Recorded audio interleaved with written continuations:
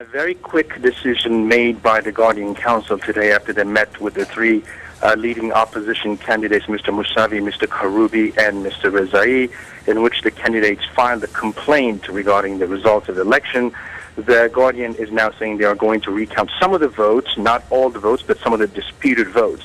But the opposition has been very clear from the beginning that it wants a new election. It will not accept a recount because they're saying a recount will not uncover any acts of fraud. So they're calling for a new election. They're saying 53 million ballots have been printed, and then of those, only 39 million have been used. So what happened to the 14 million that are missing? Those need to be accounted for, so there needs to be a new election. Now, in regards to the violence, and it's been quite tense in the streets in the past few days, late last night there were pockets of violence within the city, throughout the city, in which a number of people were killed, and some now feel that it could be a continuation of that unrest today because both sides of the camps, both Mousavi and Ahmadinejad protesters, are vowing to take to the streets today. Mousavi and Karoubi camps have come out to urge their supporters not to come out and not to take part in these rallies today and to avoid any violent confrontation. John?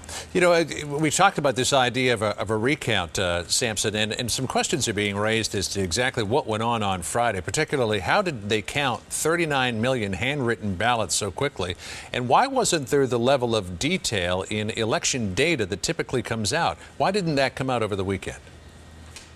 Well, that is very difficult to answer. I mean, that's the question, that's the mystery, and that has been the complaint from the Mousavi side, is that there hasn't been any transparency.